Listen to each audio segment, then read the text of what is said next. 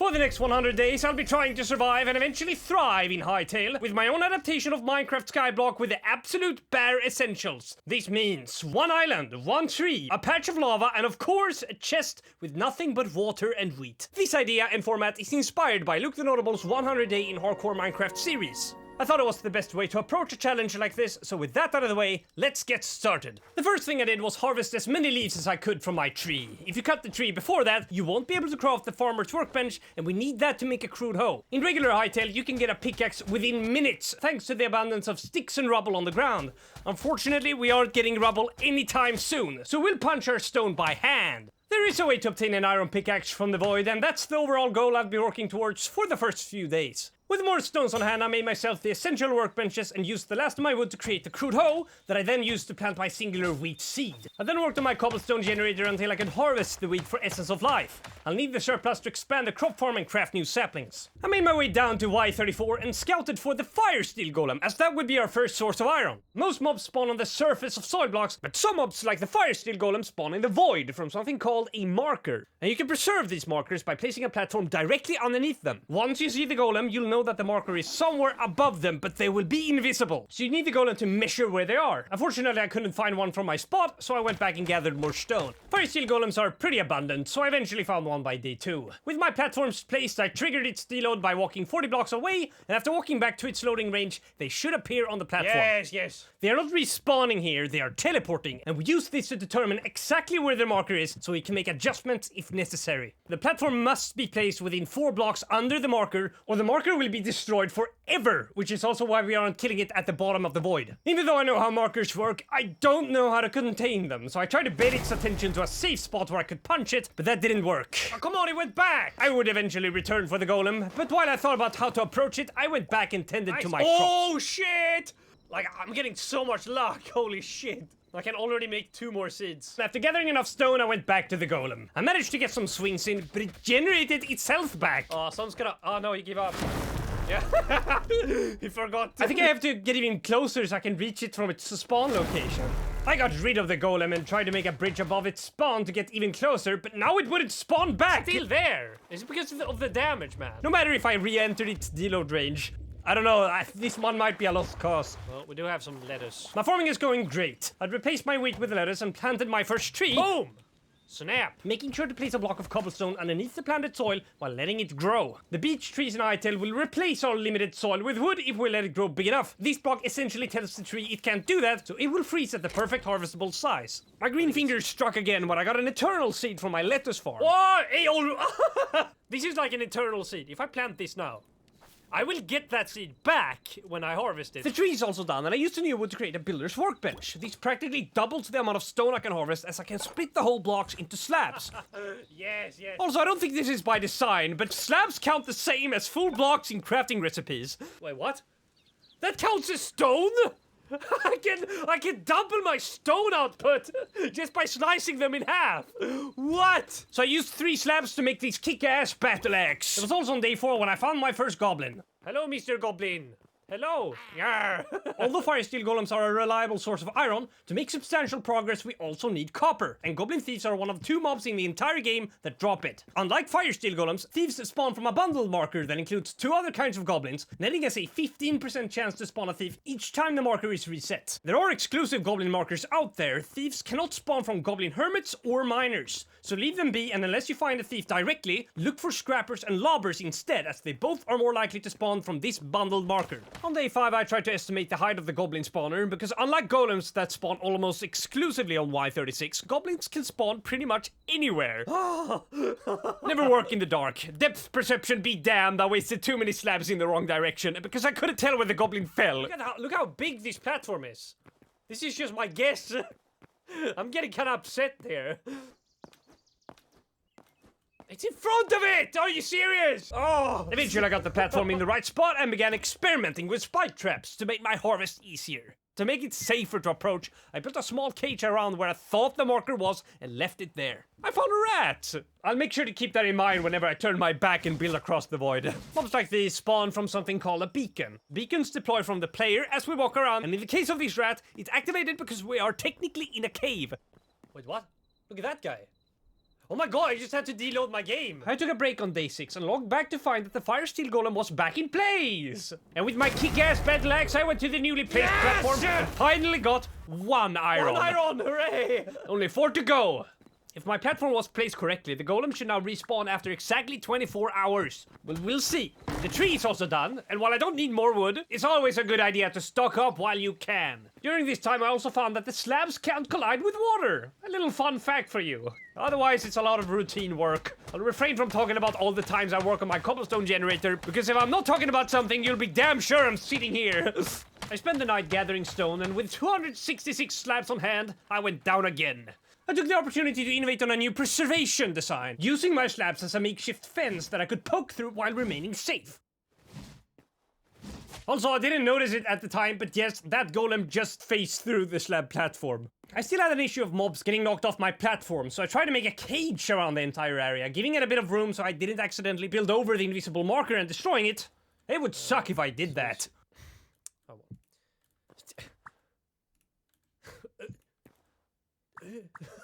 If it isn't obvious for the fact that I made a parkour wall in the middle of the void, I still have a lot to learn about building, especially when it came to the art of capturing markers. Is there planes here? What the hell? Yeah, there's planes. This is planes. What? The singular block is the same as being up there. On day 8, I started doing mob patrols. Every day I would descend into the void and check on the markers I had captured. Not much luck yet, but I did find another golem.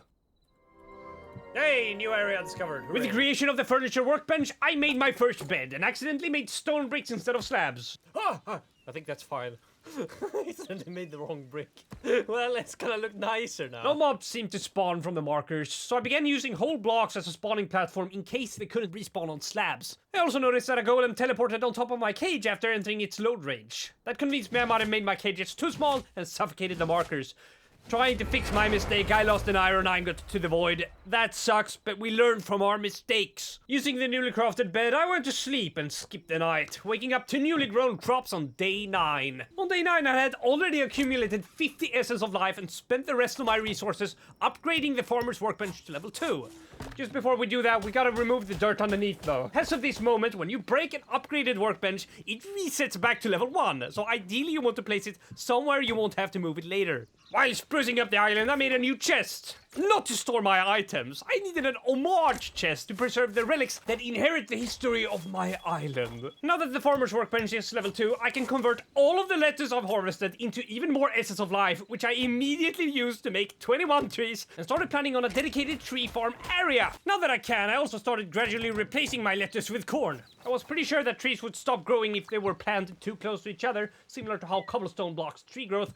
So I placed them 7 blocks apart and made a small pathway across each tree. And even though I think I've destroyed 3 golem markers on my path to 5 iron, I finally got the 5th one at the end of the day. Yes! Finally! Let's hope the marker stays this time. Now all we need is hide, and while you can get hide from the aforementioned beacon spawns, they are really difficult to trigger intentionally. So I went down as close as I could to Y0. Look at that delay. Cleared out the mob cap instead. But wouldn't that destroy their markers? No. Most mobs around here aren't actually markers. They spawn from the surface of blocks. Unfortunately, unlike Minecraft, Hytale doesn't have a minimum spawn range, so trying to make spawning manageable, I left the entity spawning setting on while clearing out this world, so that the mob cap would already be filled before we start. They would then fall down into the void when I cleared out the terrain. If I didn't do this, hundreds of mobs would all immediately try to spawn on my island instead. Which would not only make this unbearable to play, you would also get constantly attacked by foxes, wolves, and skeletons. With 2 mobs cleared, I went back and somehow triggered a speed boost while swimming up. That saves a bit of time. Also, 2 mobs have spawned. I'd recommend starting with 1 mob, because 2 mobs would break their pathing and causing them to fall off the island when they inevitably collide with each other.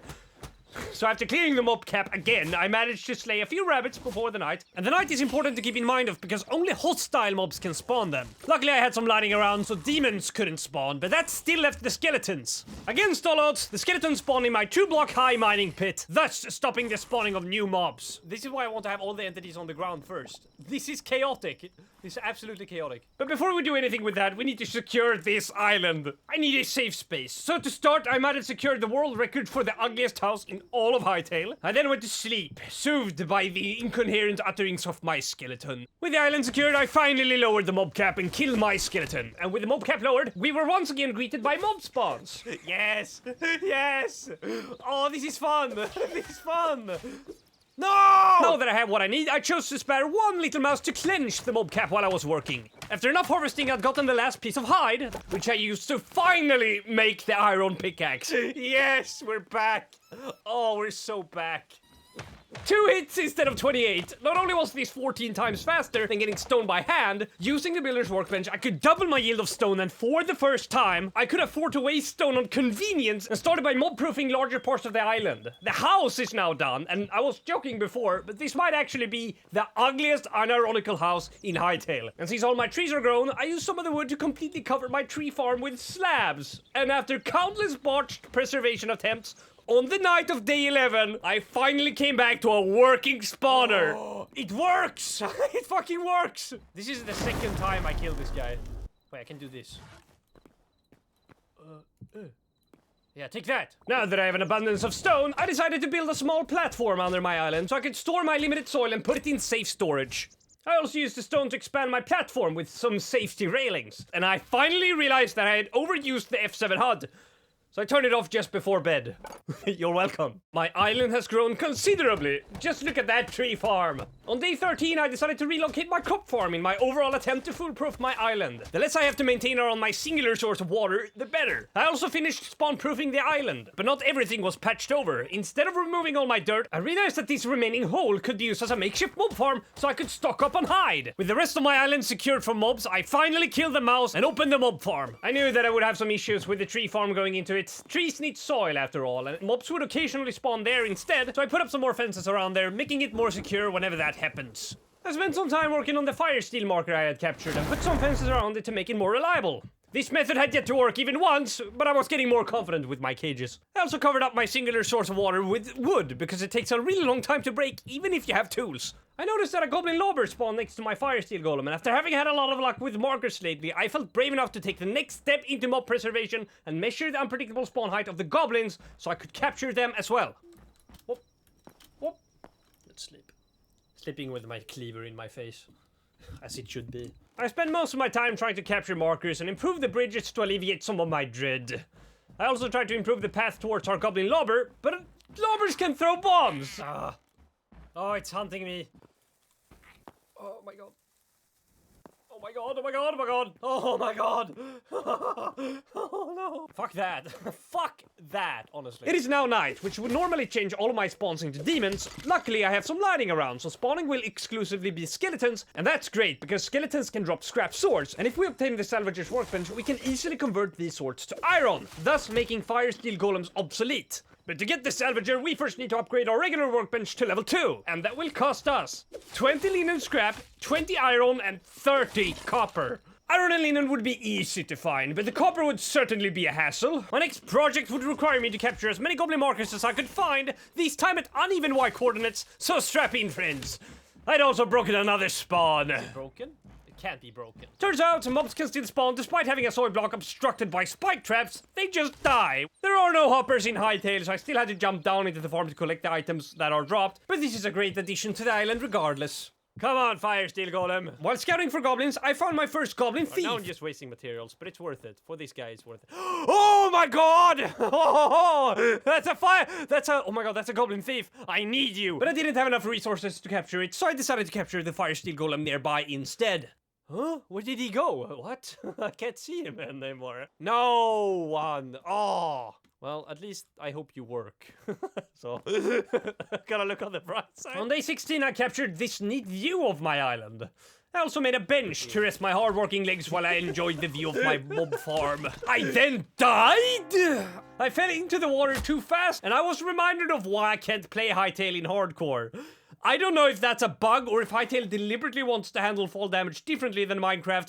All I knew is that my items had rotated 90 degrees. I knew something like this was bound to happen. I even talked about it just before I hit the ground. I'm really scared about it.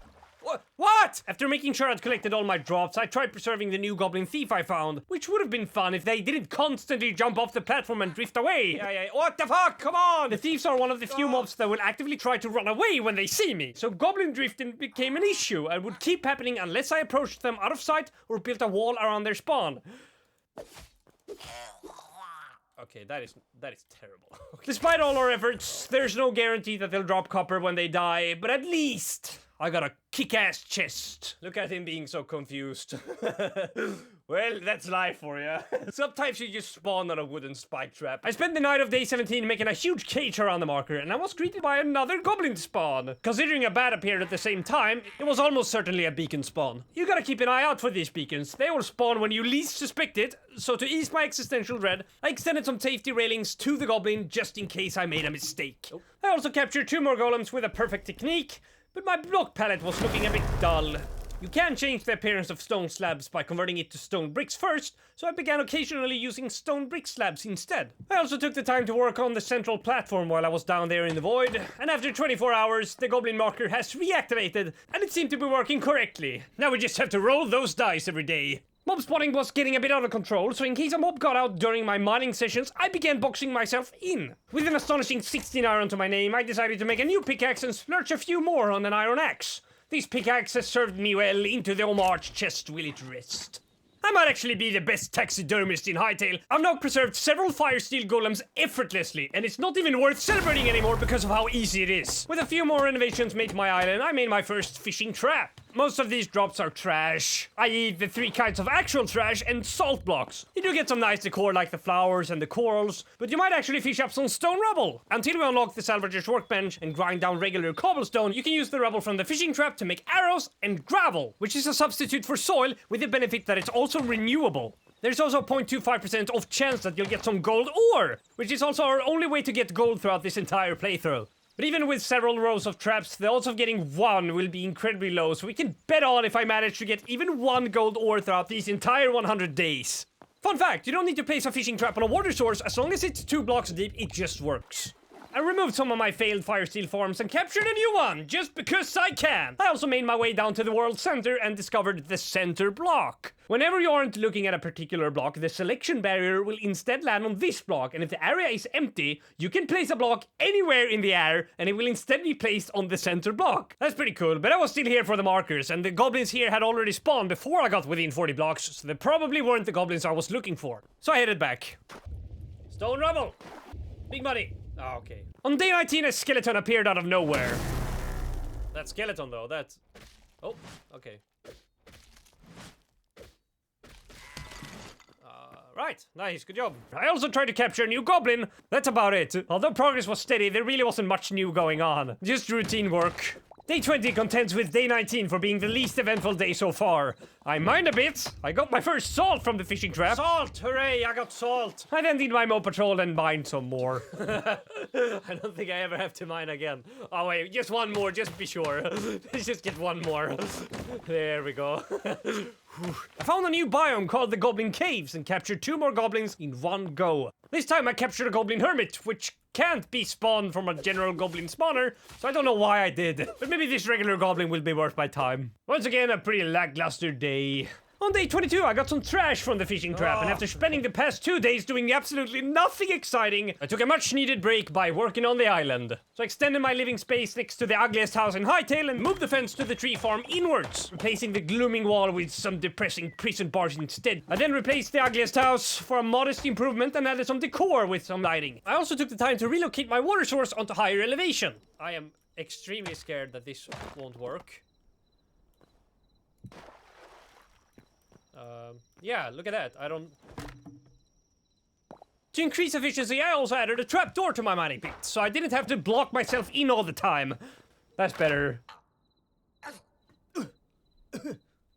I got a bomb from a lobber during my daily mob patrol. They seem to deload at an incredibly short duration. Oh, snap! I also found another goblin thief. Unfortunately, I built my platform too high up and needed to descend. So either I bring my singular water source down or make another path, none of which seemed that appealing. So I shifted my attention towards the goblin lobber I abandoned on day 14. While working, I also noticed that another goblin had spawned pretty near to my island. Another goblin here. I'll revisit him later. My fishing trap gave me stone rubble for the first time. Hey! Oh, I got one stone rubble. I also started work on a new farm area and split the source of my water to a new section of my island. By day 24, the farm was complete. I even made several layers of fences to keep me safe from any unpredictable hazards.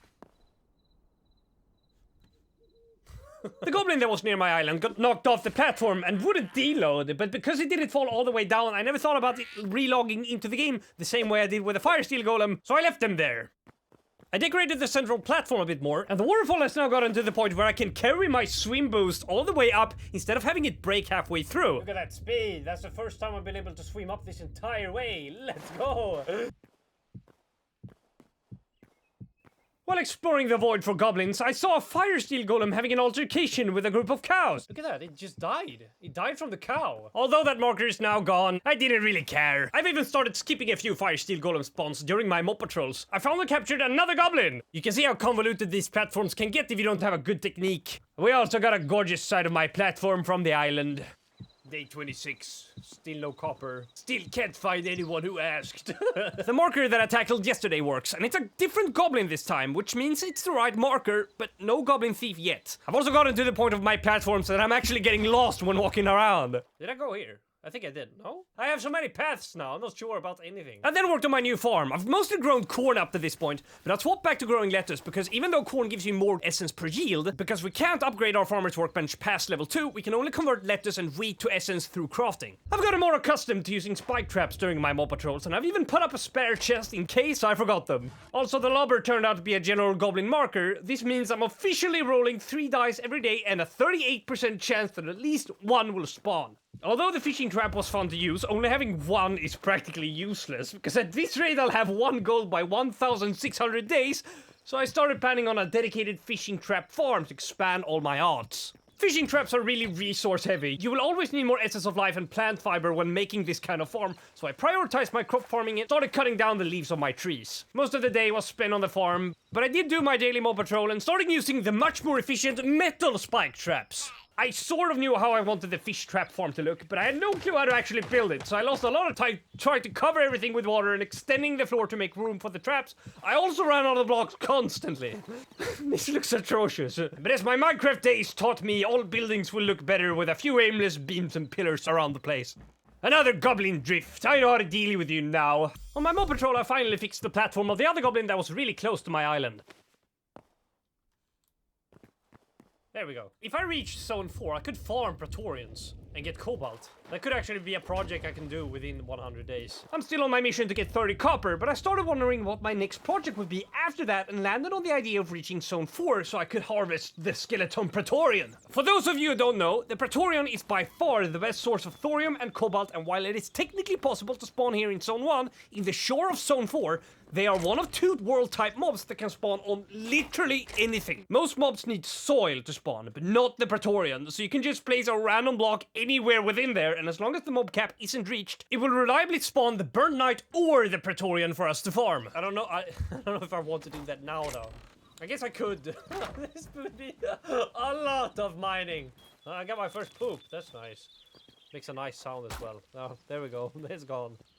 I mean, that could be used for some— What the hell? On day 31, I was playing around with the flowers I had caught from my fishing trap, which made me realize that if you hit them, they will drop petals. That's color! Which is essentially color that you can use for crafting as well as dyeing wool. I can make this.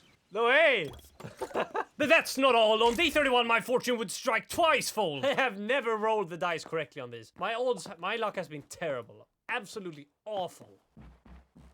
Oh! Oh! Ah! Yes, yes, yes. The timing is nothing short of amazing. Holy shit. Hello. Thank you. 3 down, 27 to go. It was also my first ore, so it was the first time I was in need of an actual furnace. On my mob patrol, I also found another goblin thief, but it was too dark to accurately measure their height, so at the risk of suffocating their marker, I chose to wait until I got some sunlight. I noticed that the axe I made had only lost 3 durability out of 250, or 1 every 4.6 days. At this pace, we can expect it to break by day 1184. I started getting spawns on my crop farm. Although this is fine for now, it will certainly impede my progress when I eventually make a mob farm, so I experimented with blocking the mob spawns with slabs. I hope it can still grow. That's the most important part. Obviously, when you make a farm. I found another goblin thief, but it was now dangling on the edge of the platform, which could cause the copper to fall off when they die. To solve this, I tried to build a small path around him so it would run backwards into the fence, but as I started building, the goblin drifted away. No! This happened twice, so I tried to build a cage around him, but by the second time, a different goblin spawned instead. This should not happen. As I tried to figure out what was going on, a hermit ambushed me from behind. Like 40 blocks away, but I am still... Where did you come from? Yeah, that's in my little trap. You see, that's why I built these traps. Uh-oh, he's learning.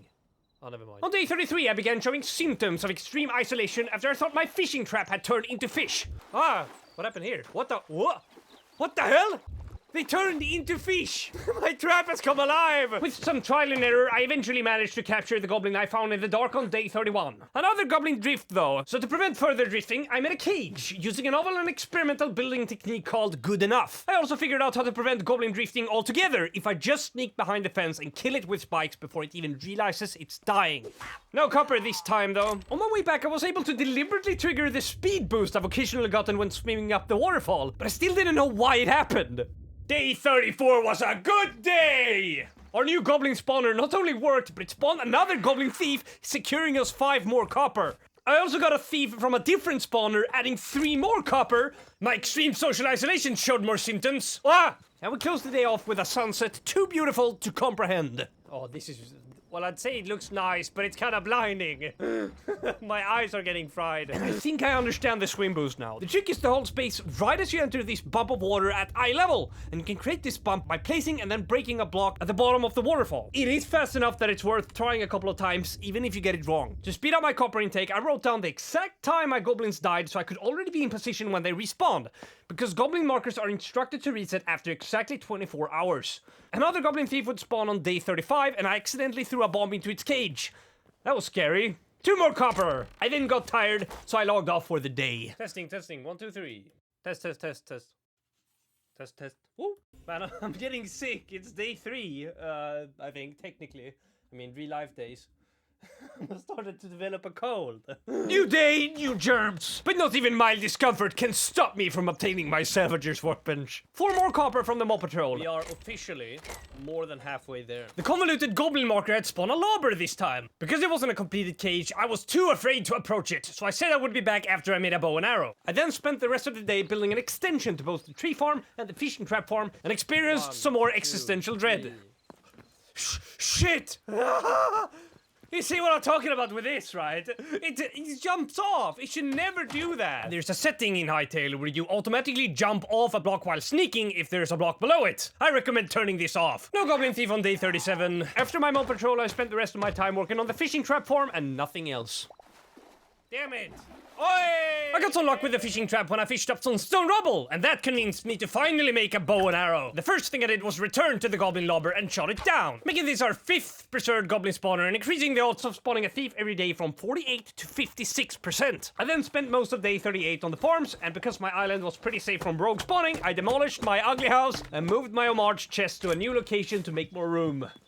My coral! On day 39, I learned that goblin lobbers will occasionally just drop a bomb in front of them. 3 more copper from a goblin thief, and while experimenting with ways to make their harvest faster, I found out that you can jump while standing next to the fence to get their attention. I also learned that the technique of splitting slabs also works for fueling furnaces. And then I promptly forgot about it. I extended some of the safety railings to make a more convenient path to my convoluted goblin. I also had some decor on me, so I used that to make the path look more dignified. On day 40, I got my biggest copper drop yet. 6 copper from 1 thief, only 4 more to go. The fishing trap farm began taking shape. I also built some walls next to the water tower to really hone in the fact that I'm never supposed to be up there. Nothing exciting on day 41. I got a purple flower from the fishing traps, increasing my color palette with purple petals. Despite writing down the respawn time and being early on location, the time delay of killing a goblin added up.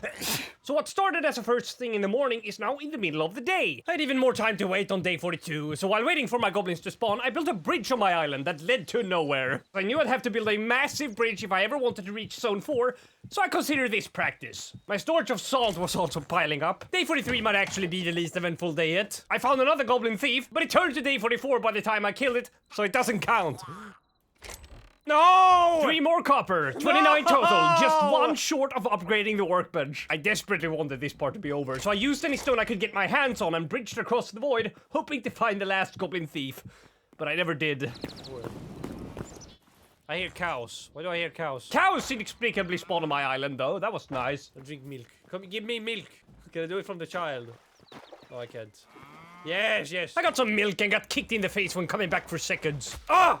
Why? At this point, the mob patrol has shifted into the night, so I slept and did the mob patrol on the morning of day 45 instead. I found 1 thief that didn't drop any copper, but I got lucky enough on a 2nd thief just at the end of my mob patrol, who finally gave me enough copper to upgrade the workbench, thus ending this long and worn-out routine of the mob patrols. But before upgrading, I first had to plan where the workbench would be placed, because if you remember when I first talked about the farmer's workbench, any bench that is destroyed will reset back to level 1. With our new level 2 workbench, I made a salvager and tested it by converting my stone to unparalleled quantities of rubble and made my first gravel as an homage to begin this new era of the salvager.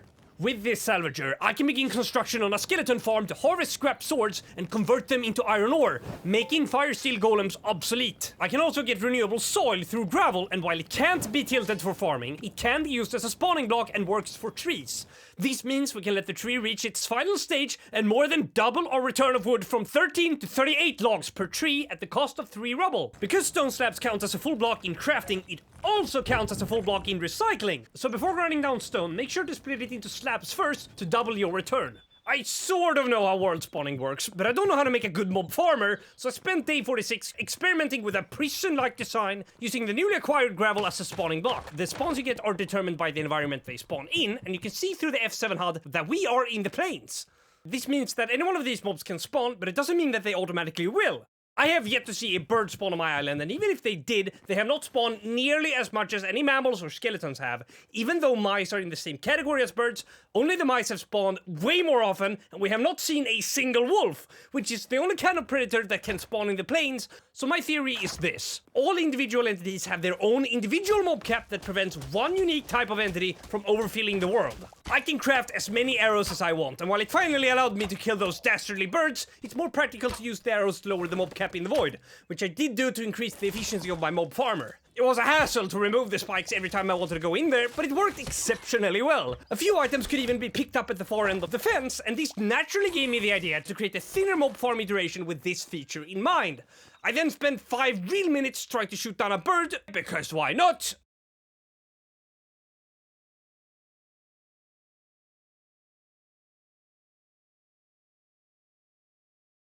The second mob farmer was done, but it suddenly stopped working and skeletons disappeared completely. The skeletons were the whole point of why I was doing this, so I was pretty disgruntled. I thought it might have something to do with the mob spawning in the crop farm, but even after clearing it out and blocking it, nothing changed. By night, I'd forgotten to add lighting to prevent demons from spawning. Whoa. What's happening here? Although it's a lot, don't get too excited. They only drop Essence of the Void and Void Hearts, none of which have any use to me. On day 48, I tried to fix my mob farms by making another one, but it just didn't work. I don't know what's going on here. I tried lowering the mob cap even more, but that still didn't allow any skeletons to spawn. During my venture, I did however get an overwhelming amount of light hide and meat. Despite the lack of skeletons, this was still a massive influx of mobs, so I replaced my scrap sword with an iron sword from the blacksmith that I spent the last of my copper on making. It was also during this time that I started depleting entire pickaxes during my mining sessions, because I needed a lot of stone to iterate on mob farms and make space for them. Fun fact, it takes around 16 minutes of work to work through one entire iron pickaxe, and it will give you 5 stacks of stone exactly. The spawn pit that I made on day 14 was more profitable than this, so my new farm did not work the way I'd hoped. I tried to solve this by making a new farm, but after that I came to the realization that making more of something doesn't automatically make it better, so I've fused the 3 farms. Even though I still had exposed gravel for mobs to spawn on, while working on this, spawning just stopped. It seemed like any kind of interference to the gravel would inhibit the spawn rate around it. Day 50. This marks an occasion, because it's now officially been 4.16 dozen days since I started. Being completely bummed out by my failed farms, I reverted to making an exact replica of my first prototype, as I knew that one should actually work. I then took a tour. Also, I have this area here, which is like the main area. Oh, you're here. Why are you here? During my tour, I noticed that skeletons started spawning again. Not in the farm replica, but instead on this random dirt block. So I replaced it with gravel and built a cage around it. Not only did this work, my replica farm also started spawning skeletons as well. While making research of the individual mobcap theory I published back in 46, I began an experiment by sparing a few animals to see if they would stop spawning. To keep them fed, I placed a cob of corn in their coop. I don't know if this idea worked. Sparing these mobs appeared to slow down the skeleton spawns as well, and I was conducting my study with gut feeling, so the results were inconclusive. There's a 0.25% chance that you'll get some gold ore each time you loot a fishing trap, but there's just as high a likelihood that you'll instead fish up the rarest flower you can obtain, a white war lily. If you've ever held one in creative, you'll know that their official ID name is Plant Flower Walter White. And I got one. Finally! Yes! We did it! We found Walter! So with Walter White obtained, I made a shrine and spent the morning replacing some wooden spike traps off my farm with more efficient iron spikes. A skeleton appeared in my coop. I thought it had accidentally walked in, but then a fox spawned within it. There was no reasonable explanation to why this would have happened. Except for one. The reason why mobs spawn on blocks like soil or gravel is because those blocks have a prefix in their name called soil. Just about every mob, except the Praetorian, has a qualifier that checks for what kind of prefixes they can spawn on. The most common category includes soil, but with the exclusion of leaves, it also works on plants. A few items that shouldn't normally be placed can still be if you hold down shift first. And because all crops are considered plants, this means you can spawn animals through a cob of corn. It's because of the corn! It's because of the corn! Alright, corn. Yeah. They spawn on corn! I started day 52 by seeing if I could plant a tree on a corn. This did not work. The working mob farmer wasn't perfect, but it gave me a steady supply of iron, and I started planning on how to best approach the Praetorian. Because I made this world, I had seen where Zone 4 was, but I still didn't know exactly where it was. And even with this vague knowledge, it would still take several days of work at best to reach it, and it's not unlikely that I'll miss it. So because I knew it was possible to spawn a Praetorian here in Zone 1, I spent most of my time trying to figure out that instead. They're supposed to be able to spawn in a few places, but because the mountain biome has relatively few other mobs that can spawn in it, I started building the new farmer there. I wanted to utilize the newly acquired iron to make rails and use the rail cart between these spaces, but I needed a lot of wood to make the rails, and I had completely ran out as my tree farm was now occupied by a skeleton spawner. So I decided to make a new refined tree farm instead, making sure this one looks good. I cleared out some of the old mob farm ruins, and by day 53, the new tree farm was done. I then started the actual Praetorian farm, realized I built the cage on the wrong side of the road and had to get more materials to fix it. While doing some more research on rails, my rail cart bugged out and got teleported off the tracks. Oh, I went down. Yeah, see, that's what I'm afraid of. I can just sometimes you just fall out. I had planned for this cart to carry me across extremely narrow bridges through the void, so this was a terrible revelation. I then went to sleep in real life and came back the next day. Alright, my sickness has developed. It's gotten worse. I wake up earlier as well. So not only am I sick, I'm now sleep deprived. We'll power through it. It's kind of funny to see myself develop a cold throughout the video. At the evening of day 53, I found a cow that had escaped from my farm. The cow is here. I guess that's fine. Kind of fun to have some cow. I don't understand how you get out, though. It may have appeared normal at first, but there was definitely something peculiar about this particular cow. Okay, now you're here. What the hell? Huh? Also, I've kind of... What the fuck, man? What the hell? Is that another cow? No, you've just teleported back.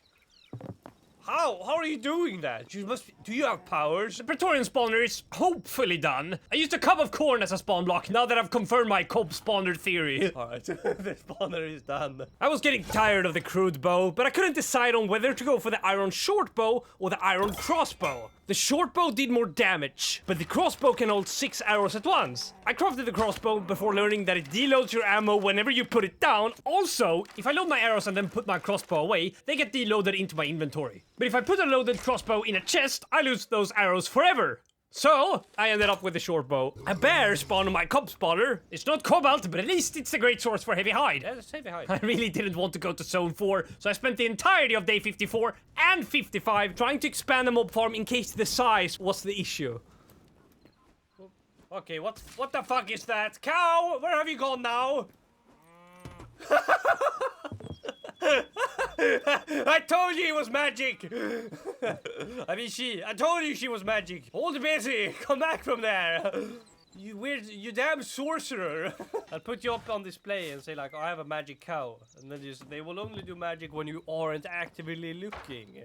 Bro unlocked the Arcanist workbench before me. The new spawner was momentarily done on day 56, but the spawn rate was abysmal. So I tried to lower the mob cap, this time targeting the animals in the mountains biomes specifically. Okay, I'm right below it now. Oh! It appeared to work, but I mostly got bears and birds, and while it gave me substantial amounts of heavy hide, it had yet to spawn the Praetorian. I built a roof over it to enclose any fleeting birds, but by day 57 I was getting pretty demotivated. My newly developed cold also wasn't helping, but I was still determined enough and worked through almost the entirety of day 57 trying to fix the farm. I took a short break and dedicated the ruins of an old mob farm to a new storage area that I never completed. Where is it? Where are the mobs? Where are they?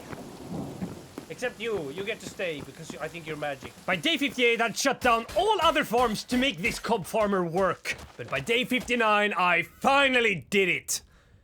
I finally gave up. The mob farm was plenty big. It was also impossible to retrieve anything that dropped within it. I just wanted to see if a Praetorian could even spawn, but it never did. Sometimes the answer we're looking for is disappointing, but it's still an answer worth pursuing, and if I wanted to get Cobalt, I needed to grit my teeth and travel across the void to reach the shores of Zone 4. I also remembered that I needed Shadow Weave scraps if I wanted to make the Cobalt pickaxe, so I would also have to find an Outlander cluster within Zone 3. With that said, on day 59, I began building towards the shores. Day 60 was spent just trying to build across the void, but I did find a Quebec tribe cluster. Hey, Quebec! Wait, what? This is the Quebec area. Hey! What's that? Is that Quebec's? I found another one by day 61, and that was the same day I finally reached Zone 4. Oh, look at that! There's a Praetorian!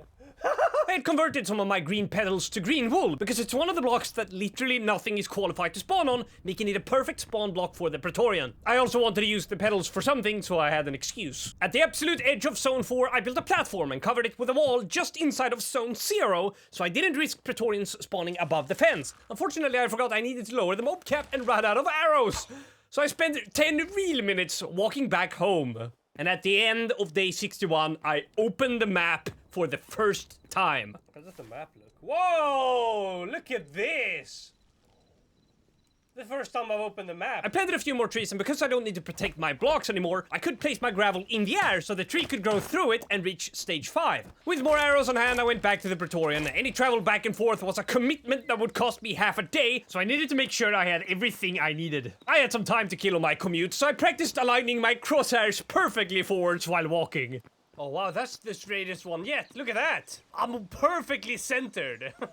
Did you know that it's significantly easier to do it in the south and north direction compared to the west and east? Despite my best efforts, arrows would deload before hitting most of my targets. I got a bird, but even with a lowered mob cap, I still had to consider the flaws of my world. This is more of a technical issue, but it's part of the journey, so I'm gonna talk about it. It takes a lot of time and effort to clear a world like this, and because Zone 4 was so far out of the void, I had gotten too close to the edge of the world. If I lowered the mob cap, mobs would occasionally spawn across the border instead, meaning I'll eventually run out of mobs to lower the mob cap with. This is why I made the world 5,000 by 5,000 blocks wide. I never thought I'd get this far out. The best solution is just to update the world, but I think my judgment got impaired by my cold because instead I tried to see where Zone 4 ended so that I could be far enough away from the edge. This didn't work, so I quickly gave up on it. Since I also needed to find the Outlanders, I decided on dealing with that first, while figuring out how to best approach the Praetorian in the meantime. So I left. I spent the night walking back to base, and when I came back, I saw my first stage 5 tree. Look at this. There we go. How many do I get? I get 34, 35. Nice. I then mined an entire pickaxe worth of stone and planned my route for Zone 3. Once again, I vaguely knew where the zones were, so at the very least I had the benefit of exploring in the right direction. This should not take too long. Huh! Oh, look, an Outlander! That only took 4 days of work. I've been exploring for so long, it takes 13 minutes and 18 seconds to walk back from Zone 3. That's more than half a day back and forth.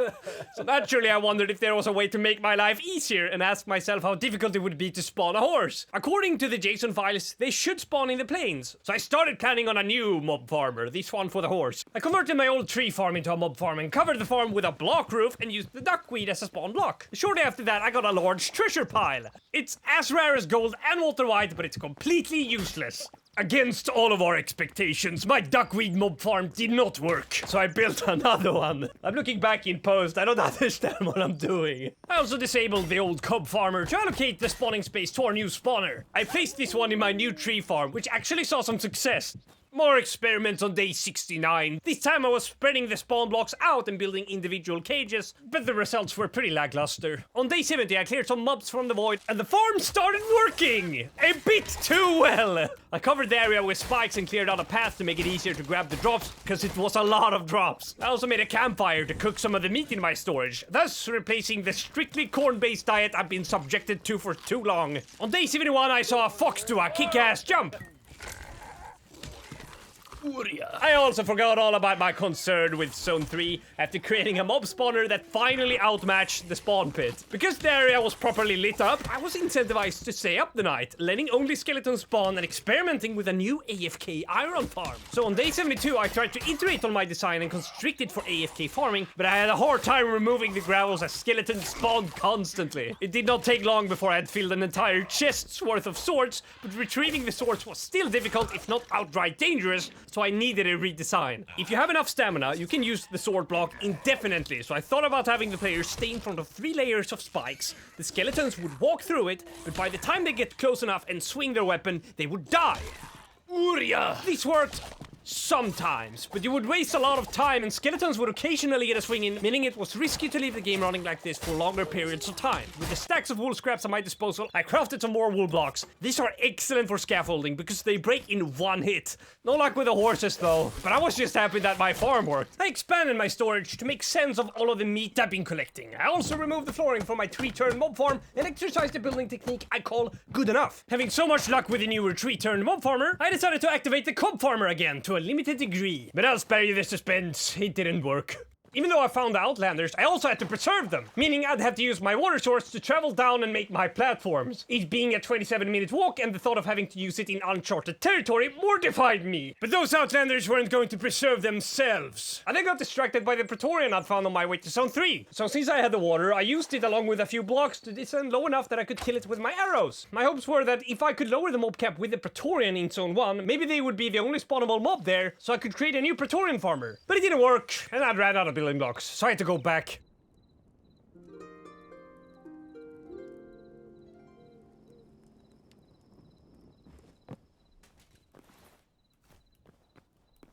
Oh, right. No, my trap! After sleeping through the night, I woke up to the realization that all my fishing traps were gone and had despawned. I went back to the Outlanders and tried to measure where they spawned, but this was considerably more difficult upon realizing that their respawn radius wasn't 40 blocks away, it was 150 blocks. This would end up being a problem. I set up my own little Outlander outpost and then went to sleep with the bed I brought with me. I spent the entire day going back and forth the bridge to trigger their teleports and measure where their markers were, but it was excruciating and uncertain. They even stopped appearing through my regular FOV, so I had to constantly shift from 99 to 30 FOV just so I could see them at long distances. I even used my editing program to layer screenshots. Despite being absolutely sure that I'd preserved an Outlander, it got botched, and I cried myself to sleep before heading back on day 76. Almost the entirety of day 76 was spent on walking and mining. But at this point I ran into a technical problem. I loaded a backup on day 77 after spending several days trying to capture the Outlanders and botching every single attempt. It was the first and the only time I used the backup, so I took the time to also fix the border at Zone 4. But something definitely went wrong, because now the time of my world was offset backwards by exactly 36 hours and 59 minutes. I only realized this in post. It doesn't really affect anything, everything will work out the same regardless. Only thing to keep in mind is, from now on, I will display the day it actually is instead of what the world says it is. With that said, now that Zone 4 works, I decided on dealing with the Praetorian first while figuring out how to approach the Outlanders in the meantime. I arrived at the shores of Zone 4 on day 78 and removed the path that I drew on the edge of the zone because I no longer needed it. I then forgot to press record and instead captured my reaction when I realized my mistake. Uh-oh. Long story short, I went back and brought my bucket of water, built a hut, and a Praetorian spawned above the cage, so I had to retract the cage into Zone 0 by 2 blocks. We still have not gotten any cobalt or thorium. Because the Zone 4 shores are so wide, I couldn't enclose a space into a proper cage, so the Praetorians and the Knights would often push each other off the platform, meaning I had to go back and up the waterfall to shoot down anything that fell down so I could lower the mob cap. Before I get— Oh! Come here. Yeah. Oh, yeah, that's why I wanted to build a three block area, because they have a charge ability. Big money, big money! Big money! And by the end of day 79, I finally got my first ingot of cobalt. Oh, cobalt! Cobalt, cobalt, cobalt! I gotta be careful when I go in here. This is a world spawn, not a marker spawn. They can spawn pretty much instantly. You can see how much they cost. You need 7, and I have 1, so 6 more. It was best to get as much as I could, at least enough for a cobalt pickaxe, so I spent day 80 working on the farm. Hello! Yeah, he's trying to get through. He's trying to find a way into me. I'll tell you how you do that, buddy. With a nice steak dinner. Oh! Come here! Oh, he hurt his friend! Hey, I got the Grimoire! I also got a Grimoire book with a few pile of skulls, which can be combined to make a skeleton army that will fight for your side, but I was personally more intrigued by the helmet. Oh, a helmet! Yes! Yes! Oh, finally the helmet! I got some armor on me now. But even after acquiring 9 cobalt ingots, I still needed Shadow Weave scraps, so after going back to store my water, I headed for Zone 3. I'd already used the water there once to descend, so I wouldn't be needing it again, and also I wouldn't risk bringing it with me. And by day 81, I was back. This time I copied my world save and used that as a reference in creative to get the marker locations right. At the time I couldn't do it without the reference coordinates, but I think I know how to do it now. So if there's a demand for another 100 days and you want me to revisit this part, I'd be willing to load up back up and redo these last days. I had a short duel with an archer and spent the entire day harvesting Shadow Weave scraps before heading back. Goodbye, old base. You have served me well. After weeks of work, I had gathered enough heavy hide from the cob farmer, enough cobalt from the Praetorian in Zone 4, and enough Shadow Weave scraps from the most challenging project I had yet faced. All to make the cobalt pickaxe. Yeah! Let's try it out. See how fast it breaks blocks. It's 2 hits. Are you serious? It's just as good as an iron pick. Well, at least it had a slightly better durability than 1 iron pickaxe that was still significantly worse than 2 iron pickaxes, all of which ingredients I could harvest in the span of 2 minutes. I spent the rest of the day mining with my cobalt pickaxe at the exact same pace I've been mining for months. On day 83 I removed my old desolate crop farm. There was no point of having it if I was going to prioritize the iron for my mob farmer. But I thought about relocating it and landed on the idea of placing it in the encounters biome. There are a few places where mobs aren't instructed to spawn and the encounters are one of them. I could also possibly build the farm in a cave biome or the extremely far out Zone 0, which is technically the ocean. Either way, the farm needed to be easily accessible and a project like that would require some planning, so it's better left for a sequel. I mean, how safe are the rail carts? I feel kind of safe now. I just fall out. Or I have a plan. I think I do. I have parts of a plan.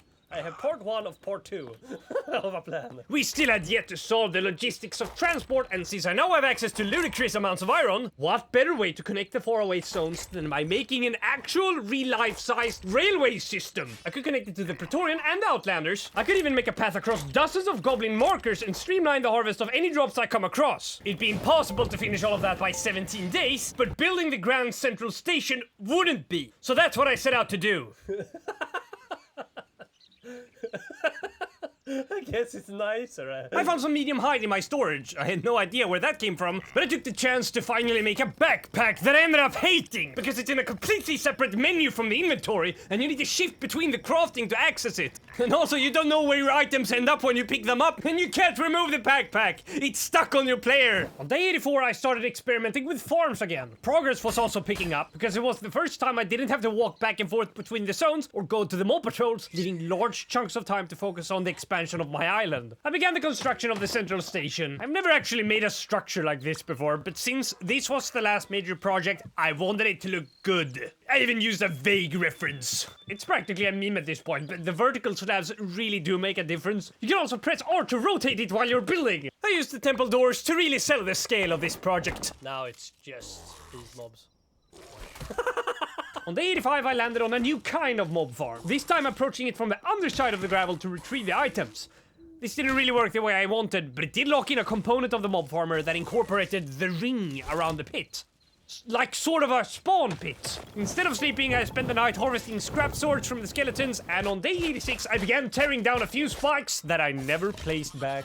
When I wasn't working on the farm, I was either building the central station or mining materials for it, and I spent the entirety of day 86 doing just that. By day 87, the farm was complete. Easily accessible just by jumping in. Because mobs naturally roamed around, they would eventually die by the spikes on the edge, which didn't take that long to happen. Hostile mobs would also make this process faster, as they'd hug the edge of the pit trying to pathfind towards me. It was a little slower than the spike field, but it was the best design so far in terms of convenience, and because I could get below the pit from the other side, it was also a lot easier to expand and work around. I used some of my purple corals to light up the central station. They naturally gave off a cold light, which was different from most light sources, and I really liked the aesthetic of the now abandoned fishing trap farm. I also got jumped by a skeleton. How did you escape? This is why I constantly make safety railings. I don't like turning around and building through the void, if you didn't already know. On day 88, I found the culprit of the skeleton. One block allowed the mobs to jump over my fence, but I had no idea how the skeleton got below the gravel. Oh fuck! Oh fuck! You are completely defenseless if you aren't carrying a weapon in Hytale. So after the skeleton escaped from the farm, I had to use my old tree farm as a safe house. And I'd recommend having some sort of safe space you can retreat to in case you forget your weapons, even if it is the ugliest house in Hytale. After that, I covered the area of the old tree farm with slabs and instead turned back the tree farm turned mob farm into a tree farm, as the mob farm turned tree farm had now turned to a mob farm. Is that enough? Maybe I will place it like 1 block away. Maybe like 2 blocks. Let's try it like 2 blocks. I think 2 blocks. Yeah, I think we'll do it like 2 blocks. I think 2 blocks. On day 89, I experimented with placing trees closer to each other and got jump scared by a deer. That's deer! Holy shit, that's the first time I've spawned deer. You're not gonna kick me, are you? No, he's going for the door. And apart from some building and mining, that was pretty much the entire day. On day 90, I made my first hammer, that I used to change some of the blocks on the station, and then I mined for the rest of the day. By day 91, the first floor of the central station was pretty much done. I also gave up on the closed tree experiment. In hindsight, they might have needed a bit more time to grow before I could conclude that they broke, but I needed fuel to smelt my insane quantities of iron ore, so I considered it worth it. I then spent the rest of the day working on the roof, and by day 92, it was mostly done. I still had some polishing to do and added some decor to the liminal interior and continued this effort towards day 93, before finally calling it complete. Oh, having a chandelier here would be nice. I don't know, I don't even think this is symmetrical. There must be, like, I already see something wrong here. We'll do it gradually. I mean, if I move my camera fast enough like this, no one will notice. A train station is only as good as it stops, and I needed a lot of rails, which meant as much iron and wood as I could get a hold of. I collected my swords from the spawn pit in my downtime and expanded my tree mob tree farm by using the remnants of the old mob spawning tests I did on day 69. But I was still afraid of rails, so on day 94 I practiced some exposure therapy by doing experiments with mounting just to make sure I was safe. The cart seemed to only teleport to my player position, and if I stood on the tracks in front of it, it would work as expected. There is no guarantee though, but as long as I had some space like a small station on each stop, I think I should be fine, and I was willing to take that risk. While building my rails, I realized I could place them in the air like regular blocks, so I connected the rail path to the bridge towards Zone 4 and made a crude station to see if my idea had legs to stand on. Not only was it faster than walking, it kept you perfectly centered, and as long as you did it properly, you couldn't actually fall off. On day 95, I used the Grimoire to spawn a skeleton I called Skeletoni and showed him the island. Hello! Are you friendly? Yeah, you are. You're immortal! Oh my god. Well, I guess that kind of makes sense. You're a skeleton. But yeah, this is the path to the Praetorian. That your big dad is gonna be over there. So I have to slay him. I have to do it for the cobalt. You'd understand though, Tony. You wouldn't want to know how your iron is made. After the tour, I finally learned that I can auto-sort my inventory by pressing R. It had been a burden to manually sort items, so this really incentivized me to use all of the petals from my flowers, except Walter White, to build a properly categorized, color-coded storage system. On day 96, I was running out of essence, but I didn't want to spend the last days on a new crop farm, so I really stretched the last ones I had by making as many trees as I could and letting them all grow to stage 5. I also polished the area up a bit and added doors to the mob farm dungeon? I don't know, I'd never really planned to make this a space. After that, I encountered a bug with the slabs. It would cost me 1 slab to place it down, but when filling that block with another slab, it wouldn't retract another one from the inventory. But I only got 1 slab back when destroying the block, which I guess makes sense, but you wouldn't expect it to do that. Oh well, the storage was done, but I had to add a few more chests for the amount of meat I had, but I was prepared for it. What I wasn't prepared for was the amount of storage I needed for bone and linen scrap. It was pretty late for large adventures as we were running up for the 100 days, but I spent some time making a wooden hut to add some variety to this exclusively stone island now that I was convinced that birds wouldn't spawn and clog the mob cap. Yes, I still needed the wood for smelting. Oh, I hate that I can't place on here. Why wouldn't I be able to place one here? I don't like... I couldn't place my windows on slabs, so I had to make a compromise with wooden beams. During the night, I also expanded my mob farm. I also scrapped the wood of my old fishing trap farm, so I didn't have to grow more trees. I also took the time to demolish parts of it, because I realized at that point that this design was pretty inefficient, so I needed to make a new one. On day 98, I dedicated more time on the railroad. Oh, I got thrown off a little bit to the side. Okay.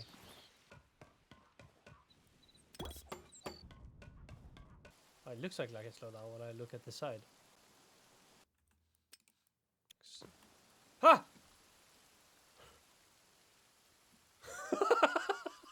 Hey, look at my feet. What the fuck? What the hell is happening to my feet? My feet are sticking out. These are old shoes. They used to be sandals. Please take me home. Don't take me back. That's like anti what you're supposed to do. After the cart shenanigans, I decorated my island a bit more and wanted to lower the mob cap even more to min-max my iron farm. I then did another mob patrol, for old time's sake.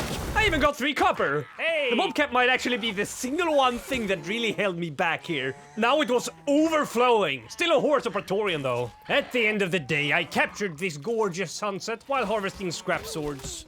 I really needed to clean this island for the finale, so I demolished some of the old ruins of my mob farms to clear the sightline of my new station. I didn't really plan on doing anything special for 100 days. It would kinda suck to start a project that gets half done because I underestimated the time it would have taken to complete it, but there was one last experiment we had time to test. While walking the path to Zone 3, I always passed a patch of water that had been suspended in the air. This is different from any other bugged waterfalls across the world because I directly caused it. Maybe I could create a new water source by deloading the chunk that the water existed in. So after I removed my singular source of water, I used the rail cart to get as fast away as possible. I accidentally brought the water with me on this very untested and unsafe railway, but hey, it's perfectly safe as long as I remain seated and that no mob has spawned on this path, which has never happened before. Do we like ram him? Hello. Alright, you're fine. Oh, you were just too slow. Luckily I was fast enough, but unfortunately the water was still flowing down. I went back and forth again just to confirm this wouldn't work. I also made a quick stop in Zone 4 to get all of the items I had stored there, but deloading the water didn't work. Damn it! But hey, I managed to solve the goblin drifting conundrum simply by logging out and back in, so it couldn't hurt to try that again.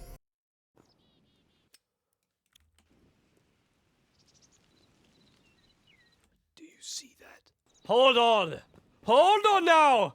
The experiment isn't over yet! Just at the end of 100 days, I discovered how to duplicate a water source in Survival Hytale. I replicated this in creative and it still works as of the release of this video. You want to place a block of water, then remove it and wait for a bit before logging out and back in. For some reason it doesn't work right off the start, and sometimes it doesn't work at all, but there is something that happens when you log out and back into the game that can cause the water to freeze. And that's it! 100 days in Hytale, I recorded almost everything, and this has taken well over 70 hours of playtime, which does not include the prep I've already done for the previous videos, and we still aren't even done. But this is the end for now. Thanks for sticking around. This is the longest video I have ever made.